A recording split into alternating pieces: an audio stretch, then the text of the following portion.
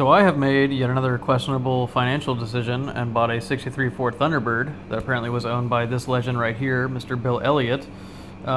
This was a two-owner car, so the first person was Bill Elliott, and then this was somebody else's first car in '96. Ended up selling this Volkswagen that came with it, so we have a budget of about $1,000. Right there we got a flat tire, which is great, so we're going to have to change that out so this thing will actually roll. The interior is actually all there, super straight. I'm just doing this as like a walkthrough just to show you guys exactly what the car is going to look like before I rip it all apart and hopefully make it somewhat better. But it has all electric windows, has electric seats, actually have a functioning cigarette lighter, which is cool. They changed it out for a cassette player. No brakes at all. Goes straight to the floor and it's stuck there. So have to take that hub off, figure that stuff out. I love drum brakes because I love springs. The trunk is really cool. On the back, if you lift up that little turquoise head, that is where that trunk key is. This hasn't been on the road since 2002. It's basically lived its whole life in Georgia. The gas can is actually right underneath that little flap, which is cool, that it's not rusted. And we'll go ahead and take a look at the engine, and I'll show you guys what's going on underneath there. All right. Not too bad.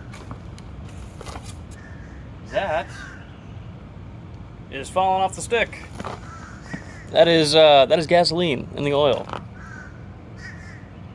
That is definitely gasoline, which is not good. Let's take a look at the other stuff though. Got a new battery, which is cool. It's an older Edelbrock air cleaner, which is neato. Still got the 1406. This power steering is interesting. I'm sure there's some cool, fun stuff in there. I always loved how they put mason jar lids on that. Super fun.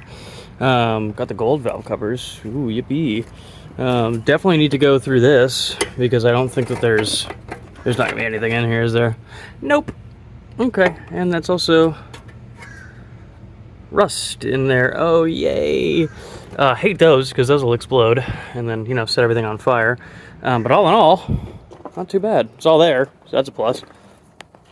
So first things first, I got to get a new tire for that. I found a used one for like 60 bucks just so I can roll it into the garage so I can actually start working on it. Then after that, we're going to go through all the fluids. Got to change out that oil. Got to take off that carburetor, make sure that it's actually getting gas. Probably just rebuild that one or get a new one. It's been sitting since '02, so probably not good in there. But yeah, if you guys want to see this thing actually run, hopefully I can do that. And if you want to follow along and make sure it's good enough for the road, that'd be great. I just kind of want to do this today as like a walkthrough of the car just because it's been sitting in the woods for 30 years. And hopefully I can actually get it back out there. I gotta for sure do these brakes. There is no brakes, the pedal's on the floor, so we'll see if I can do it, but let's go ahead and get that tire done today.